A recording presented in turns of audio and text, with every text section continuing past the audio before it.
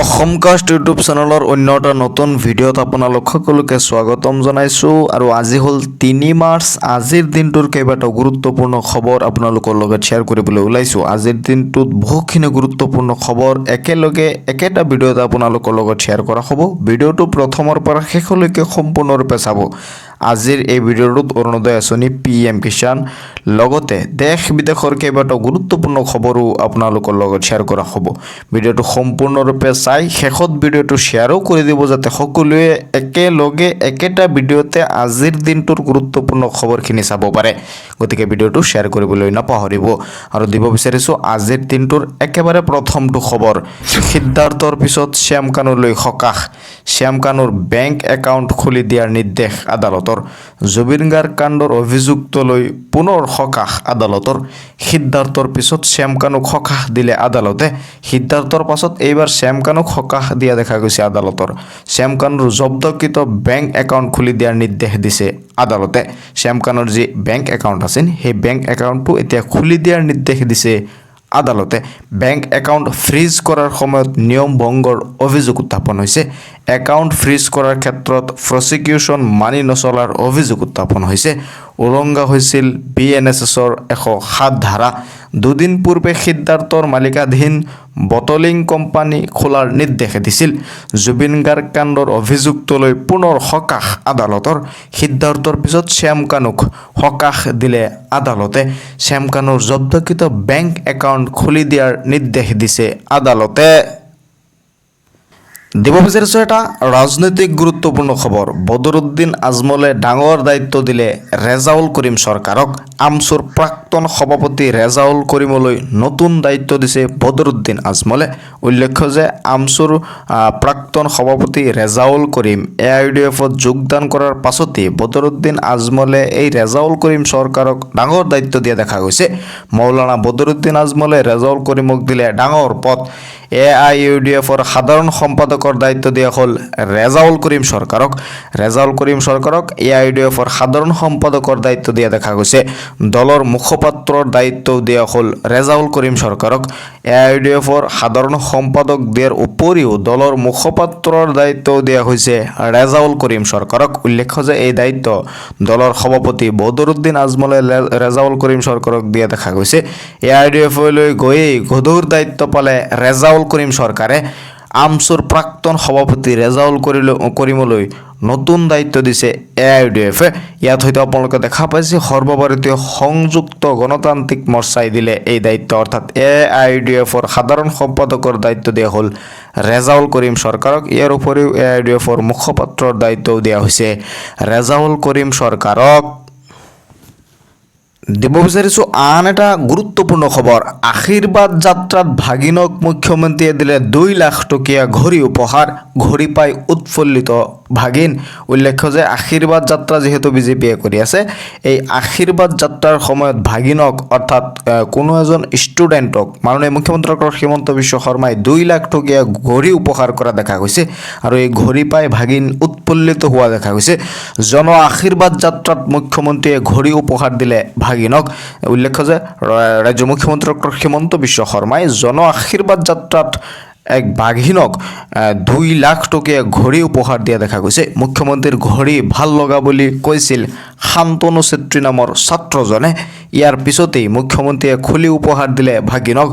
এই মুখ্যমন্ত্ৰীৰ হাতত থকা ঘড়ীটো ভাল লাগিছে বুলি শান্তনু চেত্ৰী নামৰ ছাত্ৰজনে এই কথা উল্লেখ কৰিছিল। লগে লগেই ৰাজ্যৰ মুখ্যমন্ত্ৰী ডক্টৰ হিমন্ত বিশ্ব শৰ্মাই এই ঘড়ীখন খুলি উপহাৰ দিলে ভাগিনক। মুখ্যমন্ত্ৰীৰ উপহাৰ পাই আনন্দত উৎফুল্লিত হৈছে ভাগিন। মুখ্যমন্ত্ৰীয়ে এই ঘড়ীটো পাই ভাগিন উৎফুল্লিত হোৱা দেখা গৈছে। গহপুৰৰ জন আশীৰ্বাদ যাত্ৰাত এই উপহাৰ দিলে ৰাজ্যৰ মুখ্যমন্ত্ৰী ডক্টৰ হিমন্ত বিশ্ব শৰ্মাই। মুখ্যমন্ত্ৰীৰ ঘড়ী উপহাৰ পোৱা শান্তনু চেত্ৰী 6 দুৱাৰ মহাবিদ্যালয়ৰ ছাত্ৰ। গহপুৰৰ জন আশীৰ্বাদ যাত্ৰাত এই উপহাৰ দিয়ে ৰাজ্যৰ মুখ্যমন্ত্ৰী ডক্টৰ হিমন্ত বিশ্ব শৰ্মাই। দিব বিচাৰিছো আন এটা গুৰুত্বপূৰ্ণ খবৰ। আজি হ'ল 3 মাৰ্চ, মাজত মাত্ৰ আৰু 7 দিন সময় বাকী আছে। 7 দিন নহয়, একচুৱেলি 6 দিন সময় বাকী আছে। আৰু 6 দিন সময়ৰ পাছতেই 10 মাৰ্চত ডিবিটিৰ জৰিয়তে আটাইতকৈ বেছি ধন প্ৰেৰণ কৰিব ৰাজ্যৰ মুখ্যমন্ত্ৰী ডক্টৰ হিমন্ত বিশ্ব শৰ্মাই, বা ৰাজ্য চৰকাৰে 10 মাৰ্চত ডিবিটিৰ জৰিয়তে ডাইৰেক্ট বেনিফিচিয়েল ট্ৰান্সফাৰৰ জৰিয়তে আটাইতকৈ বেছি ধন প্ৰেৰণ কৰিব ৰাজ্য চৰকাৰে। চৰকাৰৰ ৰাজকোষৰ পৰা হিতাধিকাৰীলৈ প্ৰেৰণ কৰিব এই ধন।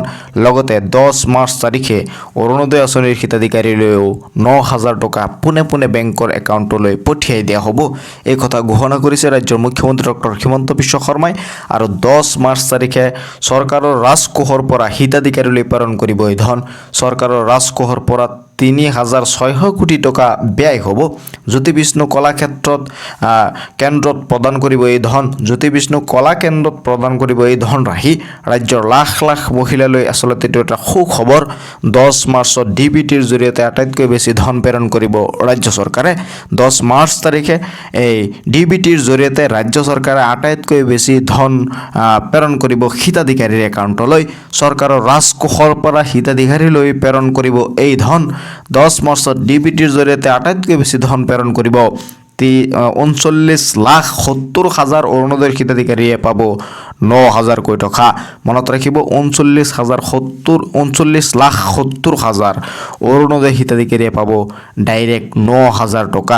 লগতে বৃদ্ধ পেঞ্চন আৰু বহুকেইটা আঁচনি 10 মাৰ্চ তাৰিখে ৰাজ্য চৰকাৰে মুকলি কৰিব বুলি ৰাজ্যৰ মুখ্যমন্ত্ৰী ডক্টৰ হিমন্ত বিশ্ব শৰ্মাই উল্লেখ কৰিছে।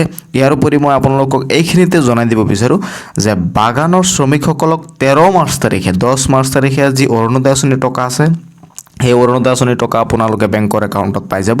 ডাইৰেক্ট 9,000 টকা পাব। ডিবিটিৰ মাধ্যমত ৰাজ্য চৰকাৰে এই টকা প্ৰেৰণ কৰিব, য'ত চৰকাৰৰ 3,600 কোটি টকা ব্যয় হ'ব।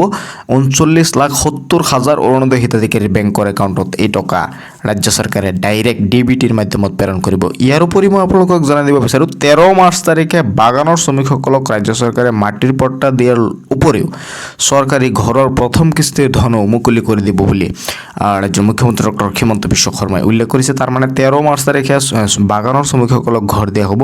পৰৱৰ্তী সময়ত হয়তো বাগানৰ শ্ৰমিকৰ বাহিৰে যিসকলে ঘৰ পাব লগা আছে, চৰকাৰী ঘৰ, সেইসকলে চৰকাৰী ঘৰ পোৱাৰ পূৰ্ণ সম্ভাৱনা আছে। যিহেতু 13 মাৰ্চ তাৰিখে বাগানৰ শ্ৰমিকসকলক ঘৰ দিব, তাৰ পাছত হয়তো বাগানৰ বাহিৰত যি শ্ৰমিকসকল আছে বা বাগানৰ বাহিৰৰ যি মানুহ আছে, চৰকাৰৰ ঘৰ পাবলগীয়া আছে, দুখীয়া মানুহ আছে, সেই মানুহখিনিক চৰকাৰে প্ৰথম কিস্তিৰ যি 32,500 টকা আছে, সেই 32,500 টকা বেংকৰ একাউণ্টত হয়তো দি দিব পাৰে। চৰকাৰৰ ৰাজকোষৰ পৰা 3,600 কোটি টকা ব্যয় হ'ব 10 মাৰ্চ তাৰিখে। কাৰণ 10 মাৰ্চ তাৰিখে চৰকাৰে ডিবিটিৰ মাধ্যমত এই টকা হিতাধিকাৰীৰ একাউণ্টত প্ৰেৰণ কৰিব। 10 মাৰ্চত ডিবিটিৰ জৰিয়তে আটাইতকৈ বেছি ধন প্ৰেৰণ কৰিব ৰাজ্য চৰকাৰে। ইয়াত হয়তো আপোনালোকে দেখা পাইছে যে 10 মাৰ্চ তাৰিখে ডিবিটিৰ মাধ্যমত ৰাজ্য চৰকাৰে আটাইতকৈ বেছি ধন প্ৰেৰণ কৰিব হিতাধিকাৰীৰ একাউণ্টলৈ।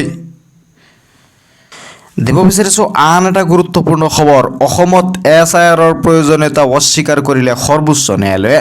চূড়ান্ত ভোটাৰ তালিকা ইতিমধ্যে প্ৰস্তুত হৈছে অসমত। অসমত SIRৰ প্ৰক্ৰিয়া অপ্ৰাসংগিক বুলি ৰায়দান সৰ্বোচ্চ ন্যায়ালয়ৰ। অধিবক্তা বিজয় খানচাৰিয়াই অসমত SIR বিচাৰি কৰিছিল আবেদন। ইচ্ছাকৃতভাৱে আয়োগে কোনো ব্যক্তিক বিদেশী ঘোষণা কৰিব নোৱাৰে। অসমত প্ৰয়োজন নাই SIRৰ। অসমত SIRৰ প্ৰয়োজনীয়তা অস্বীকাৰ কৰিলে সৰ্বোচ্চ ন্যায়ালয়ে। চূড়ান্ত ভোটাৰ তালিকা ইতিমধ্যে প্ৰস্তুত হৈছে অসমত। অসমত SIR প্ৰক্ৰিয়া অপ্ৰাসংগিক বুলি ৰায়দান সৰ্বোচ্চ ন্যায়ালয়ৰ। গতিকে অসমত SIRৰ প্ৰয়োজন নাই বুলি সৰ্বোচ্চ ন্যায়ালয়ে ৰায়দান দিছে। আৰু চূড়ান্ত ভোটাৰ তালিকা ইতিমধ্যে প্ৰস্তুত হৈছে অসমত, যি ভোটাৰ তালিকা 10 ফেব্ৰুৱাৰী তাৰিখে মুকলি কৰা হৈছে। যদি আপোনাৰ সেই ভোটাৰ তালিকাত নাম নাই, তেনেহ'লে আপুনি আবেদন কৰিব পাৰিব। আকৌ BLOৰ জৰিয়তে আপুনি আপোনাৰ ভোটাৰ তালিকাত নাম অন্তৰ্ভুক্তিৰ বাবে আপুনি আবেদন কৰিব পাৰিব। কিয় আপোনাৰ নাম কৰ্তন হৈছে এই বিষয়ে জনাই আপুনি ভোটাৰ তালিকাত আপুনি নিজৰ নাম অন্তৰ্ভুক্ত কৰাৰ কাৰণে আপুনি নিশ্চয় আবেদন কৰিব পাৰিব। আৰু চূড়ান্ত ভোটাৰ তালিকা ইতিমধ্যে অসমত প্ৰকাশ পাইছে, আপুনি চেক কৰি চাব পাৰিব আপোনাৰ নাম আছে নে নাই। লগতে অসমত SIRৰ কোনো প্ৰয়োজন নাই বুলি উচ্চতম ন্যায়ালয়ে ইতিমধ্যে বৃহৎ ৰায়দান প্ৰদান কৰিছে। যিকোনো মুহূৰ্তত দেশৰ কৃষকে লাভ কৰিব এটা ভাল খবৰ PM কিষাণক লৈ আহি গ'ল এটা বিগ আপডেট আজি পৰীক্ষা কৰক PM কিষাণৰ ৱেবছাইটত নিজৰ নাম PM কিষাণৰ 22 নং কিস্তিক লৈ আহি গ'ল এটা বিগ আপডেট প্ৰধানমন্ত্ৰী মোদীয়ে কৰিলে ডাঙৰ ঘোষণা যিকোনো মুহূৰ্ততে কৃষকৰ একাউণ্টত সোমাব পাৰে 22 নং কিস্তিৰ ধন পূৰ্বে ধন পোৱা কৃষকেও নাপাব পাৰে এইবাৰ ধন লাভৰ পৰা বঞ্চিত নহ'বলৈ আজিয়ে কৰি লওক আপুনি এই জৰুৰী কাম কৃষকৰ আধাৰ কাৰ্ডৰ সৈতে KYC আপডেট বাধ্যতামূলক PM কিষাণৰ পৰ্টেলৰ জৰিয়তে কৰিব পাৰিব KYC আপডেট অথবা আজিয়ে যাওক আপোনাৰ সমীপৰ CSC কেন্দ্ৰলৈ আপোনাৰ বেংক একাউণ্ট ও আধাৰৰ সৈতে সংযোগ হৈ থাকিব লাগিব আপোনাৰ মাটিৰ তথ্য পৰ্টেলত সঠিকভাৱে অন্তৰ্ভুক্ত হৈ থাকিব লাগিব আজিয়ে পৰীক্ষা কৰক PM কিষাণৰ ৱেবছাইটত নিজৰ নাম PM কিষাণৰ ৱেবছাইটত নিজৰ নামটো আজিয়ে পৰীক্ষা কৰক নো ইয়ৰ ষ্টেটাছত গৈ আপুনি চেক কৰি চাওক আপোনাৰ ষ্টেটাছ ঠিক আছে নে নাই কাৰণ চৰকাৰে যিকোনো মুহূৰ্ততে PM কিষাণৰ 22 নং কিস্তিৰ ধন ৰিলিজ কৰি দিব গতিকে অতি সোনকালে আপুনি কি কৰক আপোনাৰ নামটো PM কিষাণৰ ৱেবছাইটত এবাৰ চেক কৰি চাওক দিব বিচাৰিছো আন এটা ৰাজনৈতিক খবৰ নাজিৰাত হাজাৰ হাজাৰ কংগ্ৰেছীয়ে এৰি দিলে দল বিজেপিত যোগদান কৰি কংগ্ৰেছক তোলা ধৰা নাজিৰাত হাজাৰ হাজাৰ লোকে এৰিলে কংগ্ৰেছ বিজেপিত যোগদান কৰি কংগ্ৰেছক তোলা ধৰা দল ত্যাগী নেতাৰ দেৱব্ৰত শইকীয়াৰ ভেটিত হাজাৰ হাজাৰ কংগ্ৰেছীয়ে এৰি দিলে দল বিজেপি যুৱ নেতা ময়ূৰ বৰগোহাঁইৰ নেতৃত্বত বিশাল যোগদান কাৰ্যসূচী কেন্দ্ৰীয় মন্ত্ৰী পবিত্ৰ মাৰ্গাৰিটাৰ উপস্থিতিত বিজেপিত যোগদান হাজাৰ হাজাৰ কংগ্ৰেছীয়ে নাজিৰাত হাজাৰ হাজাৰ লোকে এৰিলে কংগ্ৰেছ দল বিজেপিত যোগদান কৰিয়েই কংগ্ৰেছক তোলা ধৰা দল ত্যাগী নেতাৰ নাজিৰাত হাজাৰ হাজাৰ কংগ্ৰেছীয়ে ইতিমধ্যে দল ত্যাগ কৰিছে আৰু দল ত্যাগ কৰাৰ পাছতেই বিজেপিত যোগদান কৰা দেখা গৈছে কেন্দ্ৰীয় মন্ত্ৰী পবিত্ৰ মাৰ্গাৰিটাৰ উপস্থিতিত বিজেপিত যোগদান কৰে হাজাৰ হাজাৰ কংগ্ৰেছীয়ে আজিৰ এই দিনটোৰ গুৰুত্বপূৰ্ণ খবৰখিনি আপোনালোকে এতিয়াই শ্বেয়াৰ কৰি দিয়ক যাতে সকলোৱে চাব পাৰে লগতে মোৰ চেনেলটো ছাবস্ক্ৰাইব কৰি ৰাখিব যেতিয়া মই পৰৱৰ্তী ভিডিঅ' আপলোড কৰোঁ আপোনালোকে অতি সহজতে সেই ভিডিঅ'টো চাব পাৰিব চাই থাকিব আপোনালোকৰ আপোন চেনেল অসম কাষ্ট